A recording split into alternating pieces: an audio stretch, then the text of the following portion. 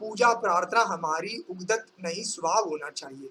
योग्यता का विस्तार ही सफलता है। अपने उपलब्ध संसाधनों का नियमानुसार भरपूर सदुपयोग कर परिणाम प्राप्त करने वाले को श्रेष्ठ प्रबंधक माना जाता है। अपने व्यावसायिक कर्म को कर्मकांड की तरह न करें। धर्म के क्षेत्र में कुछ पुजारी अपने कर्मों को भावशून्य होकर करते हैं। शरीर बाहर से पूजा में यंत्रवत काम करता है और मन पशुवत भीतर से अपने खेल को खेल रहा होता है।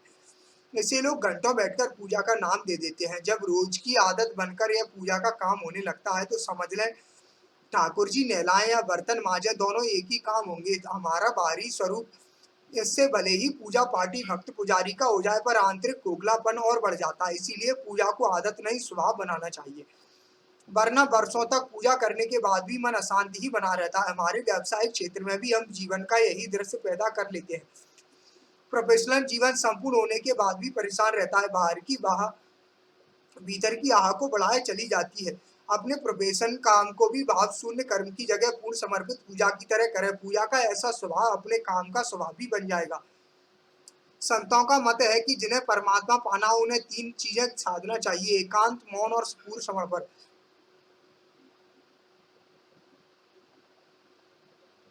एकांत का मतलब है भीड़ में भी ऐसे रहना जैसे अकेले हैं। अपने अकेलेपन को दूसरे से भरने की कोशिश ना करें, स्वयं इसका रस लें, स्वाद लें, पीने जैसी तृप्ति पाएं। संसार भर से हमारा परिचय होता है। एकांत में थोड़ा खुद से जान पहचान करें। दूसरा काम करें, जहां तक हो मौन साधे, उन्हीं बातों को बोले जिन्हें आप भीतर से अच्छे से जान चुके हो। जब तक विचार जागृत ना हो उन्हें शब्द मत बना देना, और यदि भीतर शब्द बन भी जाए तो उन्हें वाणी तक लाते लाते सावधान रहना, वरना मन तो पहले से ही भीतर काफी बकवास भर चुका है और हम उसे ही बाहर उगलने लगते हैं। तीसरी बात, जो भी किया जाए पूर्ण समर्पण के साथ किया जाए, पूरी तल्लीनता के साथ डूब कर करें। चाहे पूजा स्थल हो या कार्यालय, करते समय खुद को जरा भी न बचाएं।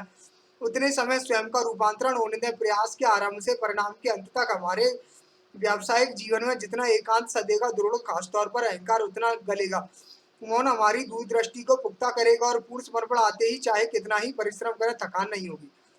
सार, परमात्मा प्राप्ति के तीन साधन बताए गए: एकांत अर्थात अकेलेपन और भीड़ में भी आनंदित रहना, मौन अर्थात उन्हीं बातों को बोले जिन्हें महसूस कर चुके, अन्यथा शांत रहे, और समर्पण अर्थात हर कार्य को पूर्णता से करने की चाह।